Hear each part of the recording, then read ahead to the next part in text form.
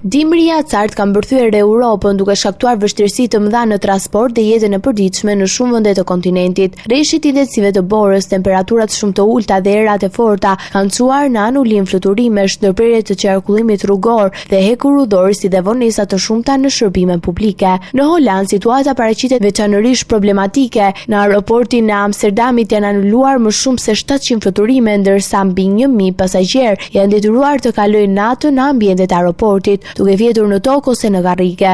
Autoritetet e aeroportit Schiphol kanë paralajmëruar se moti i keq i shoqëruar me era të forta pritet të vijojë edhe në orët dhe në ditët të vazhdim. Probleme janë shënuar edhe në transportin hekurudhor, ku qarkullimi i trenave është paralizuar pjesërisht për shkak të borës. Edhe Franca po përballet me pasoja të rënda nga moti i ftohtë. Në Paris, shërbimi i autobusëve urban është ndërprer përkohësisht, ndërsa në tramvaj, metro dhe trenat rajonal janë regjistruar me vonesa të shumta. Fluturimet janë reduktuar edhe në aeroportet kryesore të vendit. Shtresa e borës ka qëndruar për një kohë të gjatë në kryeqytetin francez, një fenomen i rrallë vitet e fundit. Vështirësi në qarkullim janë raportuar edhe në veri të Francës, përfshirë qytetin Lille. Në të gjithë vendin, aksidentet në rrugë të ngrira kanë shkaktuar humbje të jetës së të paktën 5 personave. Në Gjermani, autoritetet kanë raportuar gjithashtu probleme nga rreshtet e ditëve të fundit, ndërsa parashikimet meteorologjike flasin për një përkeqësim të mëtejshëm të motit. Deri të premten pritet një valë më intensive rreshjesh bore, ndërsa më pas sistemi i presionit të ulët do të zhvendosej drejt Europës qendrore,